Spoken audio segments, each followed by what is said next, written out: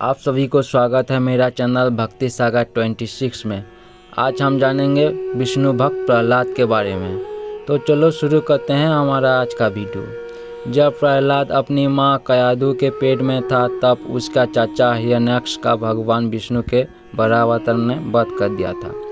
इससे कुपित होकर उसके पिता हिरण्यकश्यप भगवान ब्रह्मा की तपस्या करने चले गए थे। इसके बाद दैत्य नगरी में हिरण्यकश्यप को ना पाकर देवताओं ने वहां पर आक्रमण कर दिया। उन्होंने दैत्य नगरी पर अधिकार कर लिया तथा कयाधु को बंदी बना लिया था। इंद्रदेव ने कयाधु को बंदी बनाकर अपने साथ ले जाने लगे कि नारद मुनि ने उन्हें रोक दिया। नारद मुनि ने इंद्र से कहा कि तुम एक गर्भवती स्त्री पर अत्याचार नहीं कर सकते, और वह भी जब उसके गर्भ में भगवान विष्णु का भक्त पल रहा हो।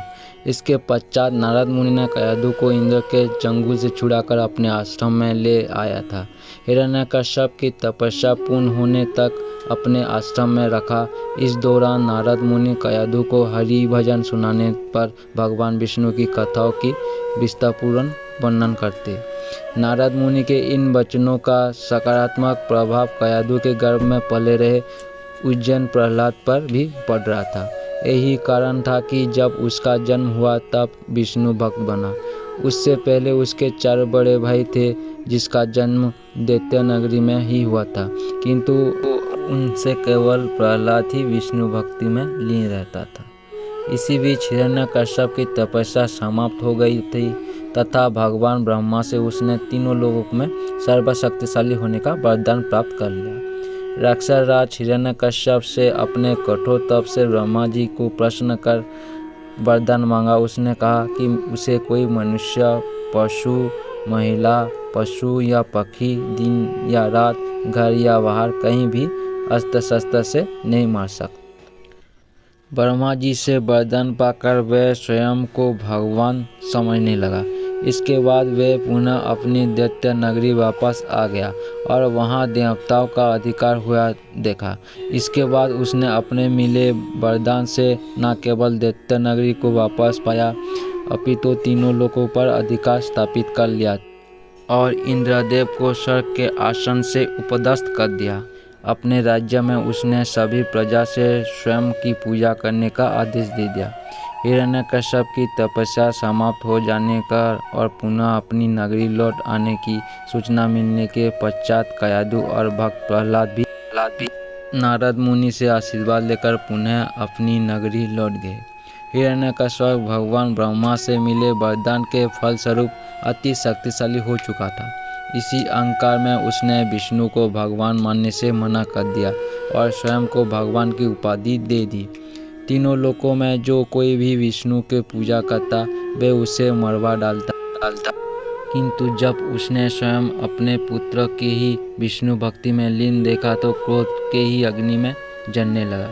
उसने अपने 5 वर्षों की छोटे से पुत्र प्रहलाद को मारने की कई बार चेष्टा की, लेकिन हर प्रयास असफल सिद्ध हुआ। प्रहलाद को पागल हाथियों के सामने फिकवा दिया ताकि वे उनके पैरों के नीचे कुचले मारा जाए। सांपों से भरे कुएं में फिकवा दिया। ऊपर पर्वत की चोटी से नीचे खाई में फेंक दिया। बेड़ियां बांधकर समुद्र में फिकवाया। अस्त्र शस्त्र से मरवाने की कोशिश की। इसके बाद हिरण्यकश्यप ने अपनी बहन होलिका का प्रहलाद को जलती आग में लेकर बैठने के लिए मनाया। होलिका को ब्रह्मा जी से वरदान प्राप्त था कि आग से वे सुरक्षित रहेगी।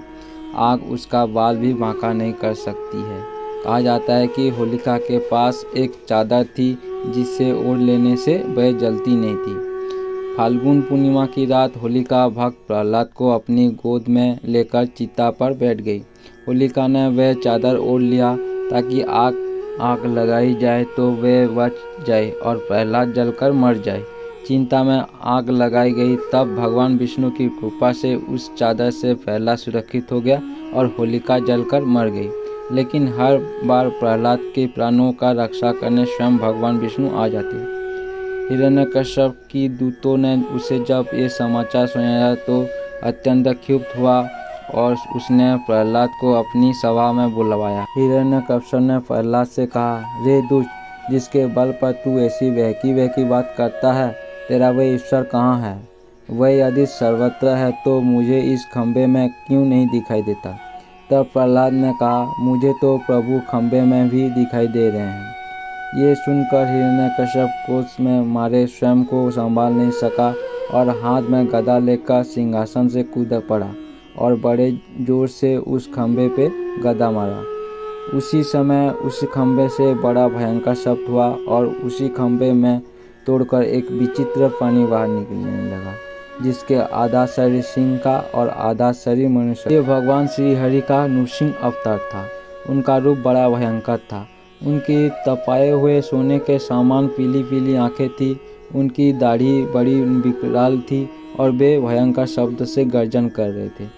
उनके निकट जाने का साहस किसी में नहीं हो रहा था। ये देखकर हिरण्यकश्यप सिंहासन करता हुआ हाथ में गदा लेकर नृसिंह भगवान पर टूट पड़ा। तब भगवान भी हिरण्यकश्यप के साथ कुछ देर तक युद्ध लीला करते रहे और अंत में उसे झपट कर दबोच लिया और उसे सभा के दरवाजे पर ले जाकर अपनी जांघों पर गिरा लिया और खेल ही खेल में अपनी नखों से उसके कलेजे को फाड़कर उसे पृथ्वी पर पटक दिया।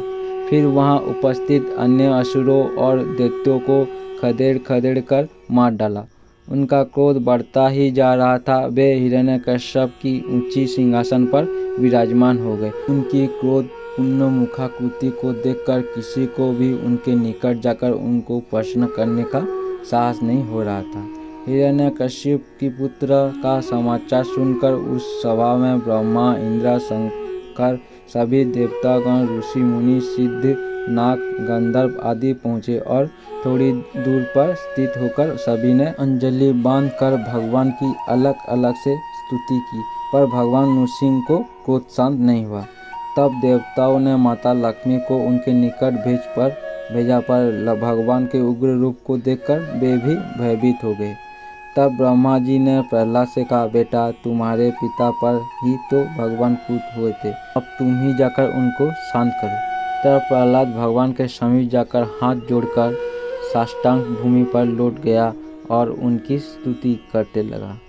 बालक प्रहलाद को अपने चरणों में पड़ा देखकर भगवान दयार्थ हो गए और उसे उठाकर गोद में बिठा लिया और प्रेमपूर्वक बोले, बस प्रहलाद, तुम्हारे जैसा एकांत प्रेमी भक्त को यद्यपि किसी वस्तु की अभिलाषा नहीं रहती, पर फिर भी तुम केवल एक मनवंतर तक मेरी प्रसन्नता के लिए इस लोक में दैत्याधिपति के समस्त भोग स्वीकार कर लिए। भोग के द्वारा पुण्य कर्मों के फल और निष्कासन पुण्य कर्मों के द्वारा पाप का नाश करते हुए समय पर शरीर का त्याग करके समस्त बंधनों से मुक्त होकर तुम मेरे पास आ जाओगे। देवलोक में भी लोग तुम्हारी विशुद्ध कीर्ति का गान करेंगे।